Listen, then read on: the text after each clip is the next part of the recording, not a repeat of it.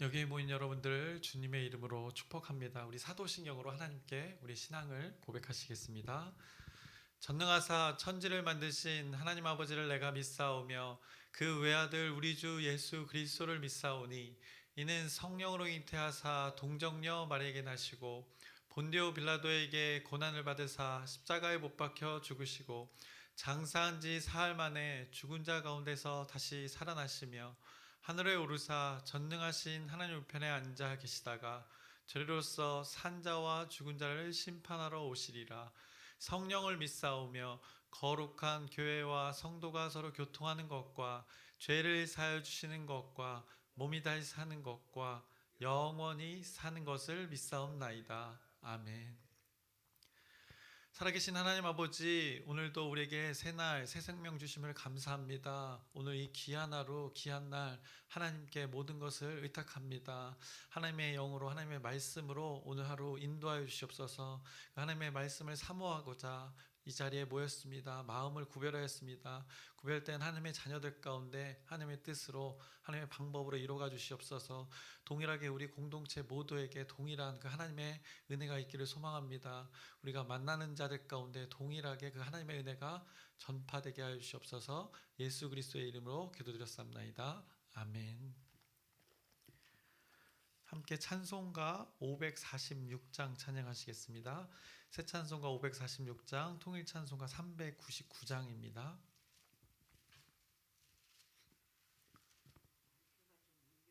울려요? 마이크가 조금 울린다고 합니다. 조금 조절해 주세요. 네. 주님 약속하신 말씀 위에서 영원토록 주를 찬송하리라. 소리 높여 주께 영광 돌리며 약속 믿고 굳게 서리라. 굳게 서리 영원하신 말씀 위에 굳게 서리. 굳게 서리 그 말씀 위에 굳게 서리라. 주님 약속하신 말씀 위에서 세상 염려 내게 엄습할 때에 용감하게 힘써 싸워 이기며 약속 믿고 굳게 서리라. 굳게 서리 영원하신 말씀 위에 굳게 서리. 굳게 서리 그 말씀 위에 굳게 서리라. 주님 약속하신 말씀 위에서 영원하신 주의 사랑 힘입고 성령으로 힘써 싸워 이기며 약속 믿고 굳게 서리라. 굳게 서리 영원하신 말씀 위에 굳게 서리. 굳게 서리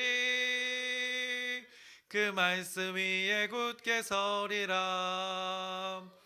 주님 약속하신 말씀 위에서 성령 인도하는 대로 행하며 주님 품에 항상 안식 얻으며 약속 믿고 굳게 서리라. 굳게 서리 영원하신 말씀 위에 굳게 서리. 굳게 서리 그 말씀 위에 굳게 서리라. 아멘. 오늘 함께 나누실 말씀은 누가복음 12장 13절부터 34절까지의 말씀입니다. 누가복음 12장 13절부터 34절까지의 말씀을 함께 나누시겠습니다. 이제 오늘 본문의 말씀은 이제 12장이 시작되었고 이제 12장에 또 13절부터 예수님의 말씀이 있는데 예수님의 그 비유로 그 본문이 시작됩니다. 그래서 비유를 말씀하신다는 것은 이 듣는 이로 하여금 이 무엇인가를 더 쉽게 이해하기 위해서 비유라는 방법을 사용하셔서 예수님께서 사용하셔서 이 말을 전달하는 것입니다. 그래서 예수님께서는 지금 제자들을 향하여서 또 많은 무리들을 향하여서 그들이 쉽게 그 하나님의 나라를 이해할 수 있도록 비유로 그 하나님의 나라에 대해서 선포하셨습니다. 그리고 그 하나님 나라에 대해서 이 비유로 가르치셨습니다. 그런데 예수님께서 이 전하고 계시는 이 하나님의 나라라는 것이 이 복잡하고 어려운 것이 아니었습니다. 어떤 어려운 미션을 해결해야 되고 또 어떤 문제를 풀어내야 이해할 수 있는 부분이 아니었습니다.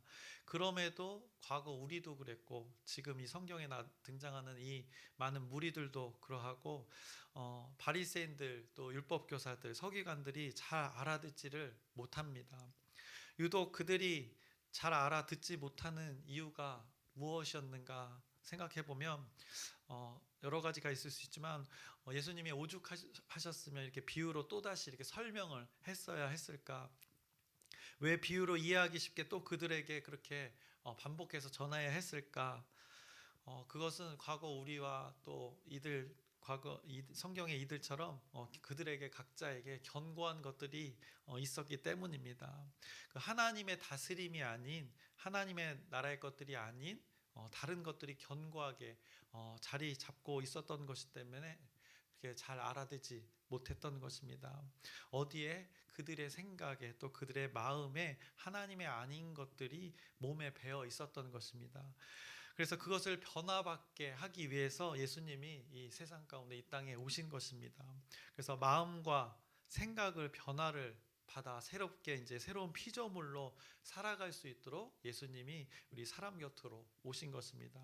그래서 로마서 12장 2절의 말씀에도 말씀하지만 너희는 이 세대를 본받지 말고 오직 마음을 새롭게 함으로 변화를 받아라고 이렇게 말씀하셨습니다. 하나님의 나라를 그 받아들임을 통해서 새로운 존재로 기존의 세상을 따르는 그 세상이 말하는 그 가치관을 따르는 존재가 아닌 하나님이 처음에 세상을 만드셨을 때 사람을 만드셨을 때 그 창조하셨던 그 창조의 섭리의 때로 살아가게 되기를 원하셔서 세상의 방법으로 살아가는 자들에게 이게 변화를 받으라고 그 하나님의 다스림으로 하나님의 나라로 받으시라고 그 하나님의 선하시고 기뻐하신 뜻이 온전한 뜻이 무엇인지 분별하도록 살아가라고 예수님께서 이렇게 비유로 이 공생애 동안 또 말씀하신 것입니다. 이 세상을 살아가면서 분별할 수 있도록 예수님께서 그 많은 것들을 그 삶 가운데 가르치시고 보여주셨던 것입니다. 언제나 그러하셨듯이 예수님께서는 하나님의 그 아버지의 뜻에 따라 하나님 나라를 이렇게 전파하고 사셨습니다.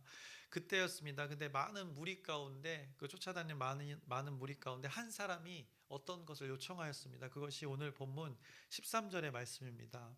그래서 13절의 말씀을 보시면 이렇게 한 사람이 요청합니다.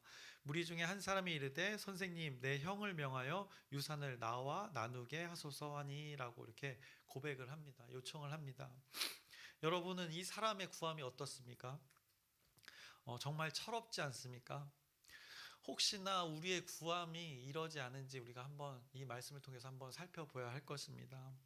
혹시나 우리가 고백하는 것들이 이런 이 자와 비슷하지 않은지 생각해 봐야 되는 것입니다. 저도 이렇게 구할 때가 있습니다. 언제 내 자신이 스스로 원하는 것이 있을 때, 그 원하는 것이 강해질 때, 하나님이 원하시는 바가 분명히 있는데 내 자신이 원하는 바를 이루고자 할 때 오늘 이 13절에 어떤 한 사람의 요청과 같은 요청을 우리가 하나님께 하나님의 존재에게 저와 또 여러분들이 하고 있지 않나 생각해 봅니다. 우리 자신도 모르게 그렇게 우리는 하나님의 존재에게 이렇게 요청하고 있다는 것입니다. 이런 무지한 우리 한 사람을 향하여서 그리고 우리를 향하여서 예수님께서 이제 따끔한 그 한마디를 하시고 또 한 가지 비유로 오늘 본문에 말씀해 주십니다. 그래서 먼저 따끔한 충고를 14절부터 15절에 하십니다. 이르시되 이 사람아 누가 나를 너희의 재판장이나 물건을 나누는 자로 세웠느냐 하시고 그들에게 이르시되 삼가 모든 탐심을 물리치라 사람의 생명이 그 소유에 넉넉한 데 있지 아니하니라 하시고 라고 이렇게 말씀하십니다. 그래서 오늘 핵심의 말씀입니다. 오늘 본문에 단어로 표현하자면 이 탐심을 예수님께서 언급하셨고 또 사람의 이 생명에 대해서 언급하셨고 또 그리고 소유에 대해서 언급하셨습니다. 그래서 예수님께서는 이 한 무지하고 어리석은 자의 질문에 탐심과 생명과 그리고 소유에 대한 단어로 답을 주셨습니다. 그리고 나서 이것을 잘 이해하도록 부자에 대한 비유를 또 전해 주십니다. 그 한 부자가 있다고 합니다. 그 한 부자가 밭을 가지고 있는데 밭에 소출이 풍성하다고 하십니다. 한마디로 이 사업장의 매출이 장난이 아닌 것입니다. 한마디로 대박이 터진 것입니다. 그랬더니 그 부자가 마음 가운데 한 생각을 합니다. 17절 시작 부분을 보시면 이렇게 말씀합니다. 심중에 생각하여 이르되라고 이렇게 말씀하십니다. 마음에 품은 것이 있다는 것입니다. 그 한 부자가 그 마음에 품은 것으로 생각에 빠진다는 것입니다. 그것은 결국 이 심중에 생각하여라는 것은 상당히 이 부자가 어떤 것을 상당히 몰두하여 마음 가운데 생각 가운데 한다는 것입니다. 여러분에게 심중에 생각하는 것이 무엇입니까? 라고 이렇게 질문을 하면 여러분은 어떻게 대답하시겠습니까? 여러분의 마음에 대해 상당히 이렇게 살펴보시고 생각해보고 내가 정말 무엇을 원하고 있지, 내가 정말 무엇을 바라고 있지라고 생각하고 답을 하실 것입니다. 이처럼 부자가 돈을 어떻게 보면 겁나게 잘 벌고 있는 상황인데 그가 마음속으로 우리가 아까 했던 질문처럼 아주 고심하면서 생각하고 마음에 품고 있었던 것이 분명히 있었던 것입니다. 그것이 무엇이었냐 하면은 17절에 이렇게 고백을 합니다. 이르되 내가 곡식 쌓아둘 곳이 없으니 어찌할까 하고 라고 고백을 합니다. 그가 심중에 생각했던 것이 바로 이것이라고 성경이 말씀해주고 있습니다. 바로 어떻게 보면 재물이 되는 것입니다. 그것이 너무 많은데 이 많은 것을 어떻게 하면 더 쌓을 수 있을까? 지금 온통 몰두하고 있는 것이 고민하고 있는 것이 바로 이것이라는 것입니다. 그래서 이 사람은 부자입니다. 이미 곡식을 쌓아둔 곳간이 있는 것입니다. 곳간에 가득 찬 것이 가득합니다. 그런데 어떻게 하면 더 채울까? 그가 고민하고 있는 상황인 것입니다. 그래서 내가 곡식 쌓아둘 곳이 없으니 어찌할까 하는 고민을 심중에 이렇게 하고 있었다고 말씀하십니다. 그것이 심중의 고민으로 끝나지 않았습니다. 그의 고민은 계속되어집니다. 그래서 그 고민을 해결하고자 이렇게 행동합니다. 18절부터 19절의 말씀 보시면 또 이르되 내가 이렇게 하리라 내 곡간을 헐고 더 크게 짓고 내 모든 곡식과 물건을 거기에 쌓아두리라. 또 내가 내 영혼에게 이르되 영혼아 여러 해 쓸 물건을 많이 쌓아두었으니 평안히 쉬고 먹고 마시고 즐거워하자 하리라 하되라고 이렇게 고백한다는 것입니다. 저와 여러분이 이런 상황이라고 생각해 보시길 바랍니다. 어떻겠습니까? 막 곡간이 차고 넘쳤습니다. 그래서 막 더 쌓아둘 상황이 되는 것입니다. 어떻겠습니까? 매우 행복하십니까? 생각해 보면 지금 이 비유에 등장한 사람, 이 사람이 행복한 지금 고민을 하고 있는 사람입니까? 예수님의 답을 보시면 하나님은 이 사람을 어떻게 바라봤는지가 답이 나옵니다. 20절입니다. 20절에 이렇게 하나님이 말씀하십니다. 하나님은 이르시되 어리석은 자여라고 이렇게 말씀하십니다. 그러면서 계속해서 말씀을 이어가십니다. 오늘 밤에 내 영혼을 도로 찾으리니 그러면 내 준비한 것이 누구의 것이 되겠느냐 하셨으니 21절 자기를 위하여 재물을 쌓아두고 하나님께 대하여 부요하지 못한 자가 이와 같으니라 라고 말씀을 하십니다. 그래서 아무리 그가 재물에 대해 많은 것을 이렇게 소유했어도 만약 하나님께서 그의 생명을 부르시면 이 창고에 쌓아서 그것으로 준비했던 것이 무슨 소용이 있겠느냐라고 말씀하시는 것입니다. 지금 오늘 이 말씀을 보시면 오늘 부자를 보면 그가 무엇으로 평안하고 무엇으로 기뻐하려고 했었는지를 잘 봐야 됩니다. 결국 그 부자는 그가 쌓아둔 것으로 여러 해 쓸 물건을 많이 쌓아둔 것으로 그는 평안하려고 했고 또 그것으로 쉬려고 했고 또 먹고 마시고 즐거워하려고 했다는 것입니다. 마치 우리의 통장 잔고가 또 우리의 등기 목록이 그것으로 우리가 평안을 누리고 그것으로 기쁨을 누리려고 하는 것과 같다고 오늘 책망의 말씀도 하시는 것입니다. 하나님의 나라를 가르쳐 주시면서 이것들을 걸러내고 변화를 받기를 원하시는 것입니다. 제가 통장 잔고와 등기 목록이를 표현했는데 그것이 우리에게 어떻게 보면 안정감을 주십니까? 그래 내가 그래도 고생해서 이렇게 모은 게 어딘데 생각할 수 있습니다. 하나님 나 진짜 이거 벌려고 이거 모으려고 엄청 고생했습니다. 하나님 다 아시잖아요. 우리 고백할 수 있습니다. 이제는 좀 평안히 살아보려고 합니다. 이제는 좀 여유 있게 살아보려고 합니다.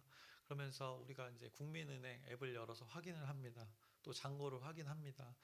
또 나의 재산 시세를 우리가 핸드폰으로 늘 확인을 합니다. 확인하고는 이렇게 다행이다라고 또 안심을 하기도 합니다. 이런 우리를 향하여서 또 이게 부자 비유에 나타나는 그 부자를 향하여서 성경은 하나님께서는 이르시되 어리석은 자라고 말씀을 하시는 것입니다. 우리가 여유를 가지고 평안을 가지고 기쁨을 누리지 말라는 것이 아닙니다. 무엇으로 평안을 누리고 무엇으로 기쁨을 가지고 무엇으로 즐거워할 것인지를 예수님께서 이 말씀을 통해서 다시 우리에게 물으시고 계시는 것입니다. 너 무엇으로 인생의 안정감을 평안을 갖는 거냐라고 오늘 말씀을 통해서 우리를 깨우쳐 주시고 계시는 것입니다. 이제 우리가 고생해서 이루어둔 아파트 그거 잘 지키면서 앞으로 여생을 잘 살면 되겠네 하는 그거 너의 생각이지 내 생각이 아니다라고 말씀해 주시는 것입니다. 지금 당장 너 부르면 그거 너에게 아무 의미 없는 것이다라고 말씀해 주고 계시는 것입니다. 이 말씀이 하나님께서 지금 당장 우리를 부르시겠다는 것입니까? 하나님은 그런 분이 아니십니다. 이 땅에 할 일이 너무나 많습니다. 하나님 나라를 전파하기 위해서 여러분에게 주어진 몫이 많기 때문에 아마 지금 당장 안 부르실 것입니다. 오히려 이 땅에서 살 것에 대해서 어떻게 살아야 되는지 너희들 잘 먹고 잘 사는 방법이 이거다라고 알려주고 계시는 것입니다. 너희들 이 땅에 살면서 지금 비유로 이야기한 이 부자를 잘 생각해라 라고 말씀하십니다. 너희들 이 땅에서 잘 살게 될 텐데 살 때 어떻게 살아야 되는가 그 심중에 생각하는 것이 무엇인지 너희의 마음을 잘 살펴보라고 말씀하시는 것입니다. 그리고는 이 하나님의 나라라는 것이 재물과는 연관성이 없다는 것을 깨우쳐 주십니다. 너희가 재물의 이 많음으로 평안을 누리고 쉼을 얻고 즐거워하면서 살 것을 이렇게 생각하지만 하나님의 나라는 그 평안과 그 쉼과 그 즐거움이 그것과는 관계가 없다라고 그것을 추구하는 자들에게 어리석은 자다라고 말씀하시는 것입니다. 그래서 이 비유를 시작하시면서 자신의 소유에 대한 어떤 것을 해결을 요청했던 그 한 사람의 요청, 그 사람의 어리석은 요청을 통해서 이 하나님의 나라가 재물의 소유에 있지 않다는 것을 모든 사람들에게 선포하시는 것입니다. 그래서 우리는 보통 이렇게 생각합니다. 많은 재물을 소유하면 우리는 평안할 거라 생각한 것입니다. 세상의 가치관이 우리를 지배할 때 그렇게 되는 것입니다. 쉽게 이야기해서 건물을 우리가 잔뜩 소유하면 우리는 그것을 통해서 신간이 평안할 것이라고 생각한다는 것입니다.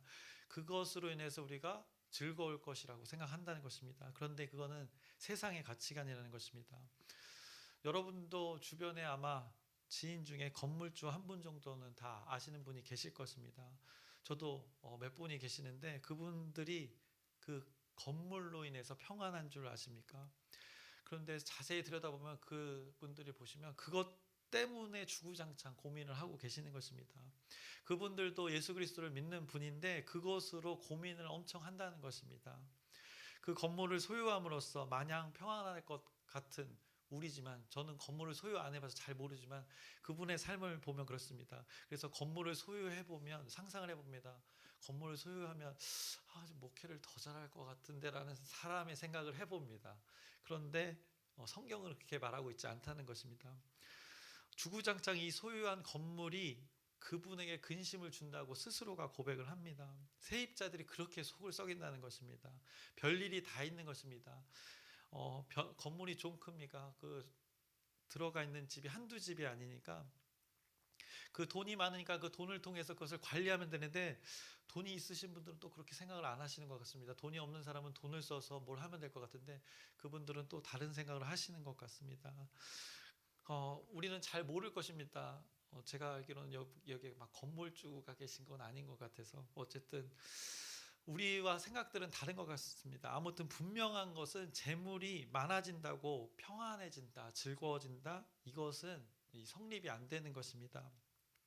그런데도 우리는 편안해지고자 재물이 많으면 기쁠 것이다 라고 생각하고 심중에 끊임없이 사람들은 이것을 추구한다는 것입니다. 2000년 전에도 그랬다는 것입니다. 지금도 마찬가지고, 그러니 예수님께서는 이것을 뜯어 고치시겠다고 하도 못 알아들으니까 비유로 아주 쉽게 이렇게 말씀해 주시는 것입니다. 그리고 그 비유를 말씀하시기 전에 분명히 무엇을 말씀하셨습니까? 15절에 이렇게 말씀하셨습니다.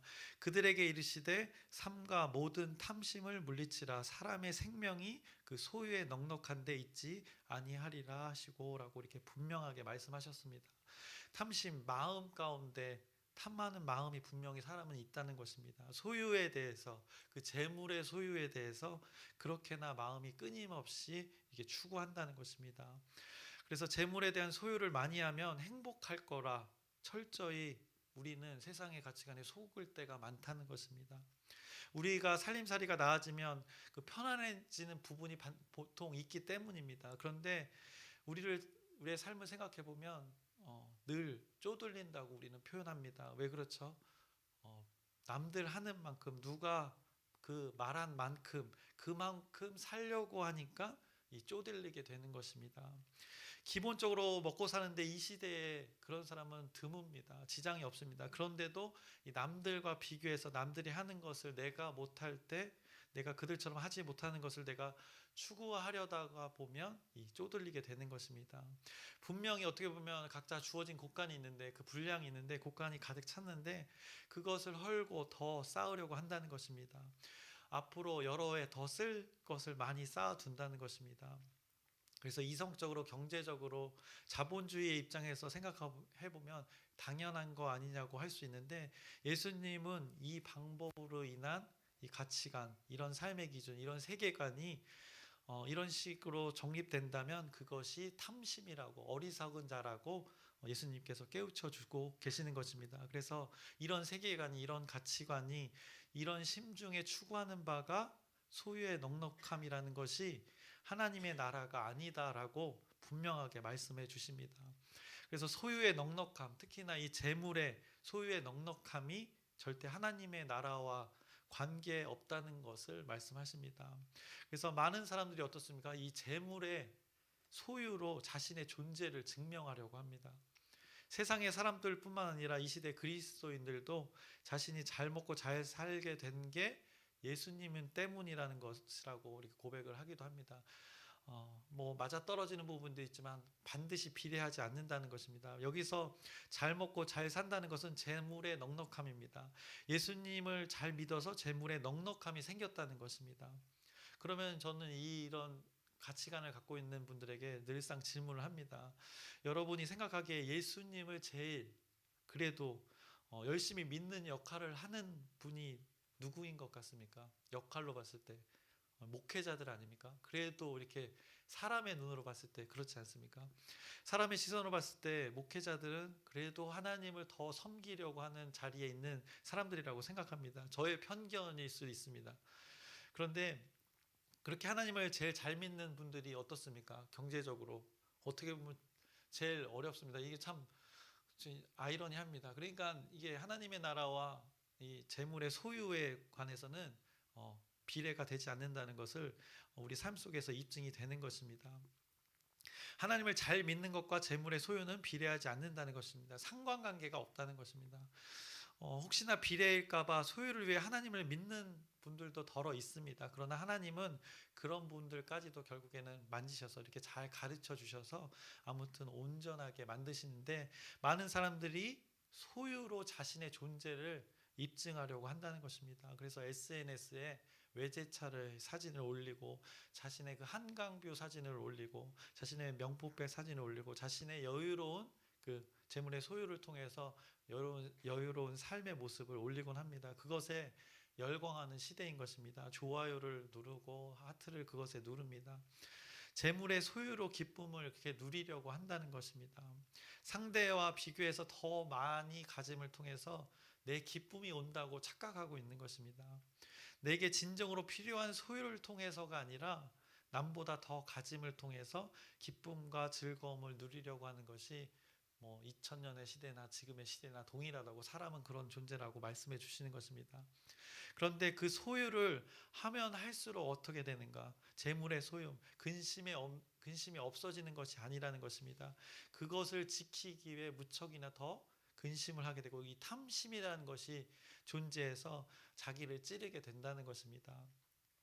더욱이 오늘 예수님께서는 이런 자들에게 너 오늘 데려가면 그거 아무 소용없게 될 텐데 라고 말씀하십니다. 쌓느라고 수고했다. 오늘 데려가도 괜찮겠니? 라고 깨우쳐 주십니다. 그러니 재물의 그 부요에 집중하지 말고 하나님의 부요에 집중하라고 말씀해 주십니다. 그래서 21절의 말씀을 보시면 자기를 위하여 재물을 쌓아두고 하나님에 대하여 부요하지 못한 자가 이와 같으니라 라고 이렇게 깨우쳐 주고 계시는 것입니다. 하나님의 다스림이 풍성한 것에 집중하라는 것입니다. 강조점이 어디에 있는지를 깨우쳐 주십니다. 하나님 말씀의 가치관이 무엇인지, 너희들이 어떤 존재로 살아갈 것인가에 집중하며 살아가라는 것입니다. 무엇을 소유하며 살아갈 것에 집중하는 것이 아니라 너희가 어떤 존재로 살아갈 것인지에 대해서 집중하며 살라고 말씀하십니다. 우리가 계속해서 나누었지만 9장에서 제자들을 내보내시면서 무슨 말씀을 하셨습니까? 너희들에게 권능을 이미 주었다. 그러니 지팡이, 배낭, 양식, 돈 이런 거에 집중하지 말고 이 권능을 가지고 어떤 존재로 살아가라? 생명을 살리는 일을 하며 살아가라고, 너희들은 그런 존재라고 이 일들을 감당하라 라고 깨우쳐 주셨던 것입니다. 우리가 가야 될 것, 많이 쌓인 그 창고가 아니라 빈들에 있던 그 많은 무리들을 향해 가는 것입니다. 저녁이 되어 먹을 것이 없어 결핍이 있어서 하나님의 필요한 자들에게 가라고 예수님께서 내보내셨던 것입니다. 그런 상황에서 제자들이 예수님을 찾아 어떻게 했습니까? 이 무리들 먹여야 한다고 했습니다. 근심이 됩니다라고 하면서 해결해 주세요라고 요청했습니다. 그런데 그 요청에 제자들을 향해 예수님은 그때 분명하게 말씀하셨습니다. 너희가 먹을 것을 주라. 너희가 먹여 살리라는 것입니다. 하나님이 주신 권능으로 먹여 생명을 살리는 일을 하라고 하셨습니다. 오늘 이 21절에 방금 읽었던 그 하나님의 부요가 바로 이것과 연결되어지는 것입니다. 하나님이 주신 그 권능, 우리에게 주어진 그 권능이 부요라는 것입니다. 무엇이든 하나님의 나라를 위해서 사용할 권능이 이 하늘 곳간에 가득 차 있다는 것입니다. 이 땅에 썩어져 없어질 땅의 곳간 말고 정말 영의 생명을 살릴 그 하늘의 곳간을 생각하면서 그 권능을 사용하면서 이 땅에서 살아가라고 오늘 말씀을 하고 계시는 것입니다. 오늘 본문 33절의 말씀을 보시면 너의 소유를 팔아 구제하여 낡아지지 아니하는 배낭을 만들라. 그 낡아지지 않는 배낭이 하늘 곳간입니다. 곧 하늘에 둔 바 다함이 없는 보물이니 거기는 도둑도 가까이 하는 일이 없고 좀도 먹는 일이 없느니라 라고 이렇게 말씀해 주시는 것입니다. 하늘의 곳간을 말씀하고 계십니다. 앞서 이 땅의 곳간에 대해서도 말씀하셨습니다. 탐심으로 인해서 채워지고 있는 그 눈에 보이는 곳간을 먼저 말씀하시고 나서, 그리고 눈에 보이지 않는 생명을 살릴 수 있는 그 하나님이 존재하시는 그 하늘의 곳간을 말씀하십니다. 그 하늘의 곳간에 보물이 있다는 것입니다. 하나님의 다스림이 충만한 하나님의 존재가 하늘에 계십니다. 하나님 믿는 자들에게는 그 하나님의 존재가 계신 곳이 바로 이 곳간이 되는 것입니다. 그곳을 마음에 두고 그곳에 계신 존재를 우리가 믿는 자들이 바라보기 때문입니다. 그것을 어떻게 표현했는가? 오늘 성경은 기가 막히게 아주 그냥 너무 표현이 멋있습니다. 34절을 보시면 이렇게 표현합니다. 너희 보물이 있는 곳에는 너희 마음도 있으리라 라고 말씀하십니다. 그래서 이곳에 마음을 둘 때 너희들이 참 평안을 얻을 수 있다고 말씀하시는 것입니다. 이곳에 마음을 쏟을 때 너희들이 참 기쁨을 누릴 수 있다고 말씀하시는 것입니다.